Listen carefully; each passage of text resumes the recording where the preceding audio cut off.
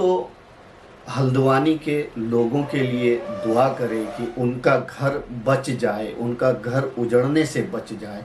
हालांकि सरकार तो तुली हुई है कि उन घर को तोड़ दिया जाए, क्योंकि ऐसा बताया जा रहा है कि वो जो जगह है जहाँ पे बस्ती बसी हुई है वो रेलवे की ज़मीन पे है। लेकिन सरकार को इसका विकल्प ज़रूर निकालना चाहिए कि एक साथ इतने लोग कहाँ जाएंगे जो बरसों से वहाँ पे रह रहे हैं। ये कुछ एक दो दिन की बात नहीं है, कई पीढ़ी से वहाँ पे लोग रह रहे हैं, वो कहाँ जाएंगे?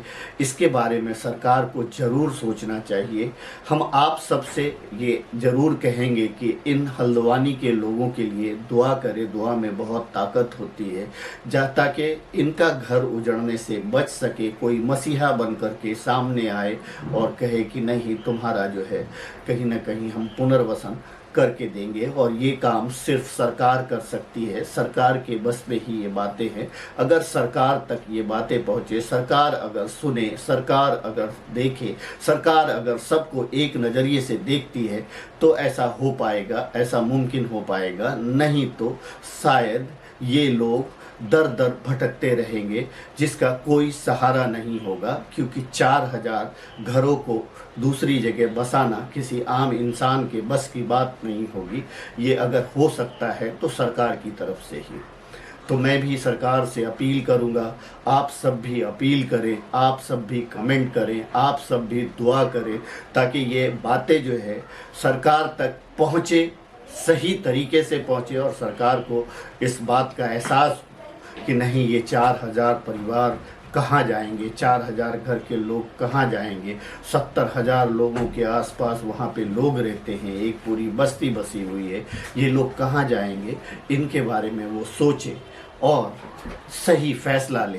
तोड़ना ही है तो आप तोड़िए उसको, बुलडोज़र चलाना ही है तो चलाइए आप उस पर, लेकिन इनके पुनर्वसन का इंतज़ाम ज़रूर करें। यही अपील है सरकार से।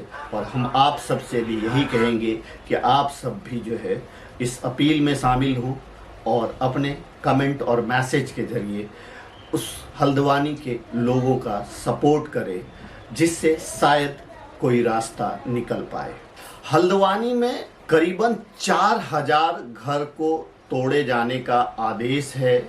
वो जगह ऐसा बताया जा रहा है कि वो रेलवे की जगह थी और उस पे जो है लोग बसे हुए थे। लेकिन सवाल यहाँ पे खड़ा होता है कि वहाँ पे 4000 घर है और अगर देखा जाए तो सरकारी स्कूल यानी गवर्नमेंट की जो स्कूल है, करीबन 5 गवर्नमेंट की स्कूल है, 3 इंटर कॉलेज है, 16 मस्जिद है, 2 मंदिर है, 1 धर्मशाला है। इतना कुछ सदियों से, यानी कि कई पीढ़ी से वहाँ लोग रह रहे हैं और अचानक उस पूरी बस्ती को आप जो है अनऑथराइज कर देते हो, यानी कि ये पूरी की पूरी बस्ती अवैध बता देते हो और अवैध बता करके उसको तोड़ने का आदेश भी हाई कोर्ट के जरिए आ जाता है। रेलवे मुकदमा जीत जाती है, रेलवे की जगह बताई जा रही है। लेकिन सवाल खड़ा होता है कि इतने सालों से जब वो लोग वहाँ रह रहे थे तब इस बात का ध्यान क्यों नहीं आया? अगर पहले ही, बहुत पहले ही अगर ये सब कुछ कर दिया जाता तो इतनी बड़ी बस्ती नहीं बसती। और बस्ती बसी ही क्यों, उसी वक्त रोक दिया जाता था अगर रेलवे की ज़मीन थी तो। लेकिन ऐसा नहीं हुआ। ऐसा बताया जा रहा है कि वहाँ पे ज़्यादातर जो है बहुसंख्यक जो लोग हैं वो मुस्लिम हैं और थोड़े मात्रा में हिंदू हैं, लेकिन हैं तो दोनों। अब वहाँ पे जब ये आदेश दे दिया गया कि उस पूरी बस्ती को तोड़ दिया जाएगा तो वहाँ के लोगों का नींद उड़ गया है। लोग जो है ठंडी में बाहर दिन रात बैठे हैं और गुहार लगा रहे हैं। कोई रो रहा है, कोई दुआ कर रहा है और सरकार से गुहार लगा रहे हैं, लेकिन सरकार तक वो आवाज़ नहीं पहुंच पा रही है, क्योंकि हमारी मीडिया खामोश है। मीडिया इस बात को नहीं दिखा रही है। जबकि देश में ऐसे कई एग्जाम्पल हुए हैं कि अगर इसी तरह का डिसीजन किसी और इलाके में लिया गया है तो उसके लिए मीडिया ने बढ़ चढ़कर आवाज़ उठाया और उनका सॉल्यूशन निकला। हमारे देश में ऐसा कोई बस्ती आपको तोड़ना रहता है, कोई अवैध रहता है और जो सालों से वहाँ पे लोग रहते हैं उनको कहीं ना कहीं व्यवस्था करके दिया जाता है और उनका पुनर्वसन करके दिया जाता है। लेकिन यहाँ पे ऐसी कोई भी बात नहीं हो रही है। अब आप सोचिए कि ये 4000 घरों में करीबन 70,000 लोग रहते हैं, वो लोग कहाँ जाएंगे? अगर मतलब ये एक कितना दर्द लगता है कि एक इंसान कई पीढ़ियों से एक जगह पे रह रहा है और अचानक आकर के उसको कहा जाता है कि नहीं, ये जगह तो अवैध है, इसको तुम खाली करो, तो इसको तोड़ दिया जाएगा। तो वो इंसान कहाँ जाएगा?